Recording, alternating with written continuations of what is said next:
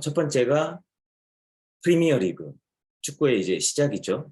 그 다음에 이태리 세리에, 그리고 스페인, 네, 스페인 리그, 이렇게 해서 이제 프리메라 리그라고 하죠. 세 개의 리그가 있는데 모든 축구 선수의 꿈은 바로 그 리그에 가는 거죠.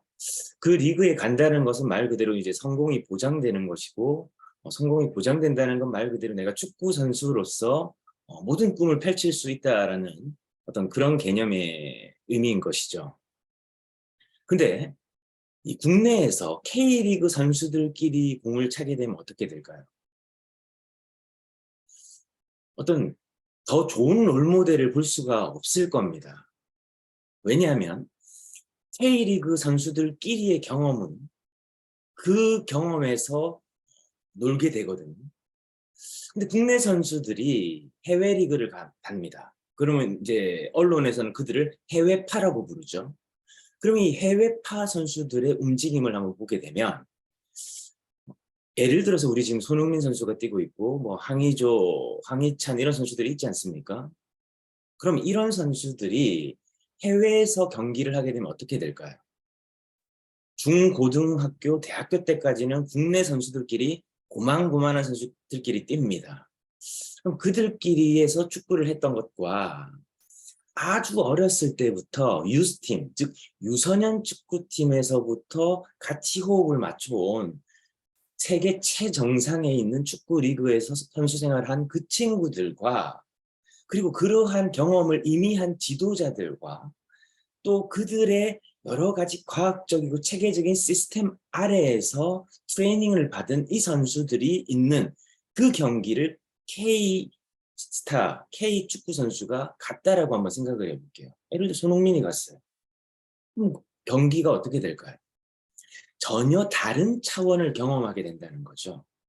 내가 알던 축구는 코치에게 맞고 강요당하고 지시대로 해야 되고, 즉 억압되고 가스라이팅된, 즉 세뇌된 플레이를 하게 되니 제한적인 플레이를 하게 되고 위축된 움직임을 하게 되고 뭔가 창의적인 활동이 안 일어나는 거죠. 근데 유럽에 가보니까 혹은 저기 세계 최정상 선수들과 뛰어보니까 다른 거예요. 축구를 즐기고 있고 이렇게 해도 되나 할 정도의 나는 생각의 틀에 갇혀 있는데 이들은 그게 당연한 거죠. 이게 바로 사고라는 것이고, 바로 이게 생각이라는 것이고 경험이라는 것이죠.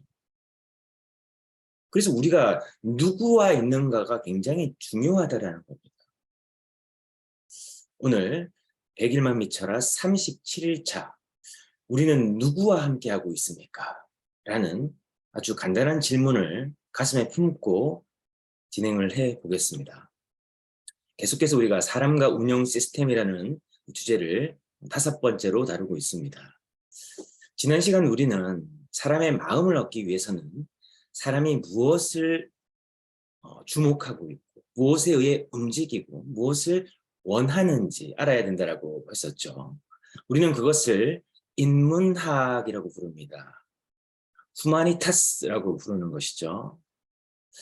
자, 그러면 우리가 왜 사람을 알아야 되냐 이것이죠. 결국 우리는 사람이고, 결국 우리는 사람과 사람의 이 상호작용으로 살아가는 시스템 속에 살고 있는 것이죠. 그래서 사람을 공부하고 사람을 이해하려 하지 않고 또 사람을 알지 못한다면 우리는 결코 이 현대사회를 살아갈 수가 없는 것이죠. 한때 이 군사 전문가라고 자신을 소개했던 한 전직 군인이 방송에 자주 나온 적이 있습니다. 지금 뭐 전쟁터 갔다라고 하는데 그 이후에 소식은 잘 모르겠습니다만, 그분이 히트시킨 유행어가 하나가 있죠. 너 인성에 문제 있어?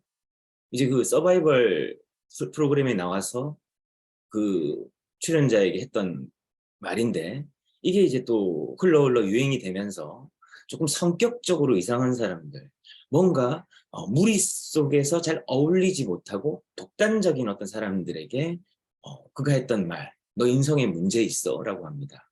인성이라는 건 말 그대로 인간이 가진 고유의 성질이라는 것이죠. 인간의 품성이 될 수도 있는 것이죠. 우리는 어떤 인성을 갖고 있을까요? 그리고 내가 살아온 방식이 나를 만들었고 내가 경험했던 것들이 나의 산물인 것인데 나는 어떤 사람인가라는 것에 대해 그 근본적인 질문을 던지는 학문이 바로 이 인문학일 겁니다. 인문학은 자연과학의 이 상대적 개념, 즉 어떤 약간의 이 상대적 개념이고 주로 인간과 관련된 근원적인 문제, 사상, 문화 등을 중심적으로 연구하는 학문을 지칭한다라고 합니다. 그래서 자연과학이 객관적인 자연 현상을 다루는 학문인 것에 반해서 인문학은 인간의 가치와 관련된 재반 문제를 연구의 영역으로 삼는다라는 것이죠. 그래서 우리는 이 자연과학 속에서 어떻게 인간의 가치, 그리고 인간이 서로 살아가면서 만들어지는 여러 가지 어떤 재반 문제들에 대한 어떤 해결 과제 이런 것들에 대해서 고민하게 되는 것일까요? 그것이 바로 우리가 삶이라고 부르는 우리의 여정의 중대한 사안이기 때문이죠. 이 후마니타스, 인문학의 개념을 만든 사람이 바로 이 키케로입니다. 이 키케로는 로마의 철학자이자 정치가죠. 우리에게는 이제 의무론이라는 굉장히 성찰적인 책을 저술한 분이기도 합니다. 이분은 인문학의 개념, 그리고 인문학을 통해서 우리가 길러야 되는 이 세 가지 개념에 대해서 소개를 합니다. 첫 번째는 역사는 반복된다라는 말을 여러분들 많이 들으셨을 겁니다. 그래서 그 역사를 통해서 우리들은 지혜를 배워야 된다라는 것이고, 두 번째는 똑같이 반복되는 그 역사 속에서 우리는 어떤 판단을 해야 되는가, 그리고 그 판단의 기준은 굉장히 사회적으로 원칙과 합의에 의해 도덕적이어야 된다는 것이죠. 그래서 도덕적 판단력을 우리는 길러야 하는 것이고, 세 번째는 말하고 쓰는 능력, 이걸 익혀야 된다는 거죠. 그래서 인간다움, 후마니타스라는 개념은 인간다움을 얘기하는 거죠. 라틴어로.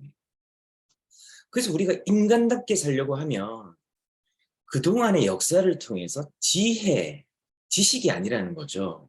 지식은 검색하면 나옵니다. 그러나 지혜는 사색해야 나온다고 하죠. 스티브 잡스의 유명한 명언입니다. 우리는 이제 지혜가 필요한 시대를 살고 있는 거죠. 다양한 상황 속에서 정답은 없다는 거죠. 그때그때 맞는 해답이 있는 것이죠. 그리고 우리가 내리는 오늘 이 판단, 우리가 사업을 하고 있는 우리 주체들은 그걸 의사결정이라고 부르죠. 이 의사결정을 잘 내리기 위해서는 도덕적 기준이 있어야 된다는 거고, 그것은 어떤 원칙에 근거해야 된다는 거죠. 그리고 또 우리가 세상을 살아나가고 우리의 어떤 퍼스널리티, 그리고 퍼스널 아이덴티티, 이걸 이제 브랜드 아이덴티티 뭐 이런 말로 할 수 있는데, 개인의 퍼스널 브랜딩, 나다움을 나타내기 위해서는 우리가 말하고 또 말하는 것을 써보고 전달하는 이 커뮤니케이션 능력이 있어야 된다는 거죠. 이게 현대 사회에서는 필수적인 능력, 힘이라는 것이죠. 우리가 이 세 가지를 기본적으로 학습하고 갖추려고 애쓰고 또 이러한 어떤 노력들을 해 나가지 않는다면 우리는 점점 기계에 대체되는 사람이 되는 것이죠. 이 AI 인공지능이 출현하면서 지금 대중들이 모르는 어떤 팩트들이 있어요. 뭐 예를 들면 하이패스 차로가 늘어나는 것이죠. 톨게이트 정산원이 줄어들고 하이패스가 늘어나는 것으로 우리가 그 단편적 시각으로 세상을 바라봐서는 안 된다는 것입니다. 어떤 그런 사회 현상들이 우리에게 주는 모든 메시지들이 있다는 것인데, 언론과 어떤 사회 지도층과 또 사회 구조적 어떤 개념에서 봤을 때는 우리가 이 모든 것들을 알게 됐을 때 대혼란이 올 수도 있기 때문에 우리에게 아주 부분적으로 오픈하고 있는 거죠. 그런 의사결정들이 다보스 포럼 같은 세계 경제 포럼에서 화두가 되는 것이고 그 개념대로 이제 각 정부 관료, 최고 이 결정권자들이 각자의 정부의 이 정책을 결정하는 거죠. 그걸 이제 3개년, 5개년 그리고 정권의 어떤 중요한 어젠다로 밀고 가는 것이고 우리는 그런 것들에 혼란되지 않으려고 하면 혼선이 생기지 않으려고 하면 우리가 주체가 서야 된다는 거죠. 지난 시간 계속 제가 주체를 세워야 된다. 스스로를 세워야 된다는 거죠. 이것은 몸을 세운다. 우리가 얘기하는 바른 자세뿐만 아니라 우리가 삶을 대하는 이 태도와 삶의 어떤 관점을 바라봐야 되는가라는 아주 중요한 뷰포인트를 시사하고 있는 것이죠. 그래서 우리는 이 세 가지를 이제 그동안 생각하지 않았다라고 한다면 여러분들은 사업을 하는 분들이죠. 그리스의 선방왕 오나시스가 이런 얘기를 했습니다. 당신은 한 언론으로부터 이런 질문을 받았던 거죠. 당신은 어떻게 이런 부를 이뤘습니까? 당신은 어떻게 이런 대단한 성공을 이뤘습니까? 당신은 외지인임에도 불구하고, 즉 외국인임에도 불구하고 어떻게 이 나라에서 성공할 수 있었습니까? 라고 질문한 거죠. 이것은 우리 지금 현재로 비추해 보면 이런 것이죠. 예를 들어서 저기 동남아의 노동자로서 내가 한국에 왔어요. 이 한국에서 이건희 회장보다 이재용 부회장보다 더 많은 지금 자산을 갖고 있는 사람이 된 거예요.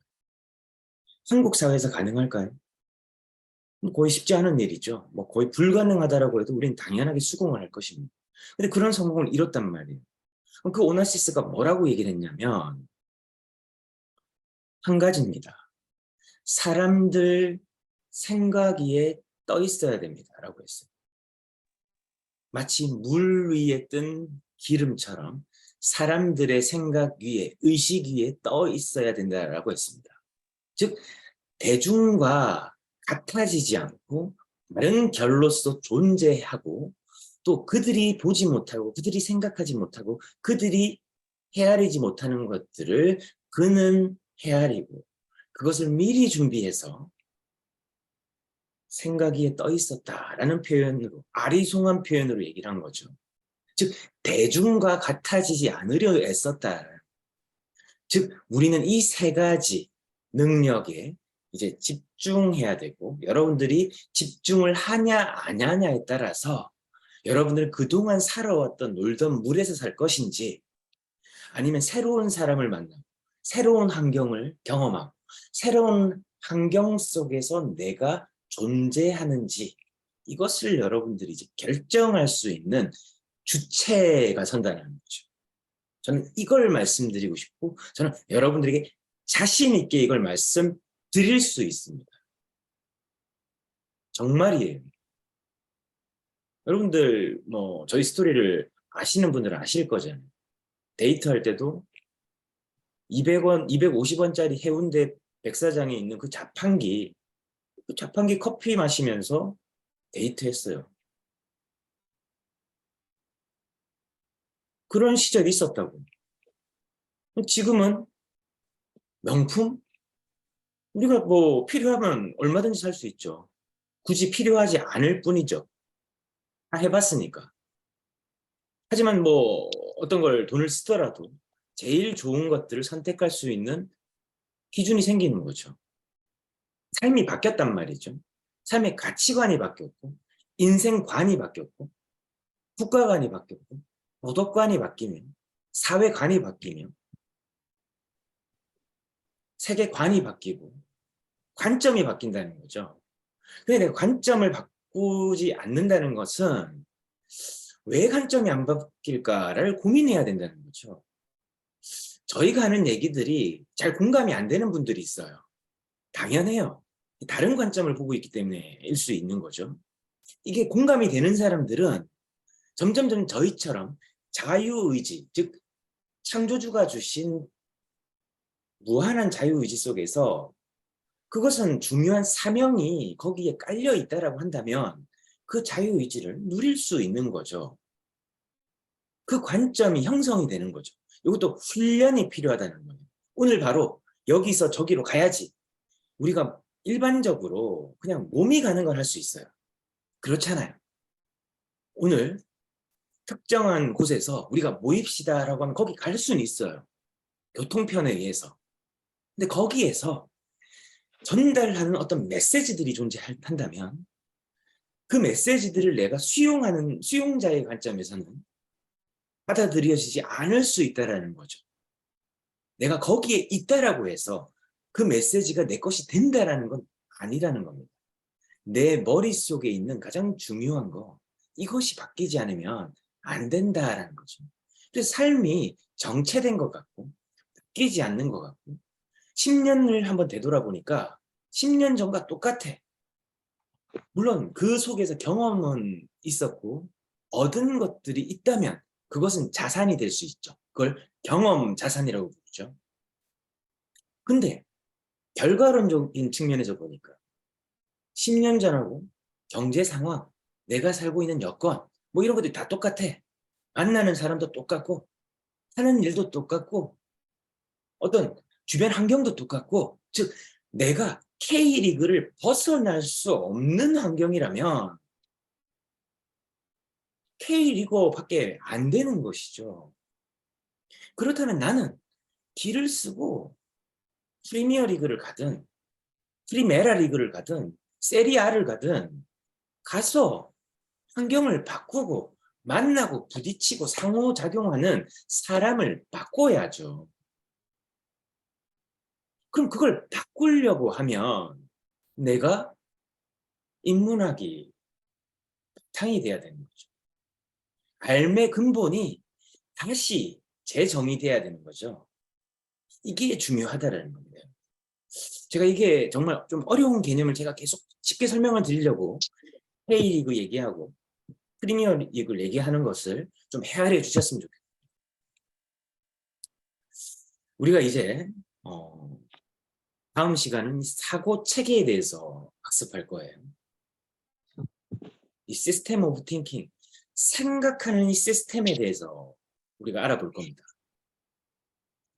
우리는 각자 경험치, 각자 살아왔던 익숙한 방식의 생각, 익숙한 방식의 만남, 익숙한 방식의 도전, 익숙한 방식의 학습, 기타 모든 것들을 익숙함으로 수용하려고 하죠. 그래서 변화를 본능적으로 우리 인류는 거부하고 저항하고 그리고 피하려고 하는 것이죠. 하지만 세상은 변화하고 있습니다. 계속 끊임없이 변하고 있죠. 같은 자리에 있어서는 나는 고립되거나 도태되거나 파멸하거나 이렇게 될 수밖에 없는 거죠. 은행 직원들 그리고 증권사 금융맨들 어떻습니까? AI가 들어오고 앞으로 모든 것이 인공지능에 의해 데이터화하고 시스템화 되게 되면 뭐 이미 됐죠.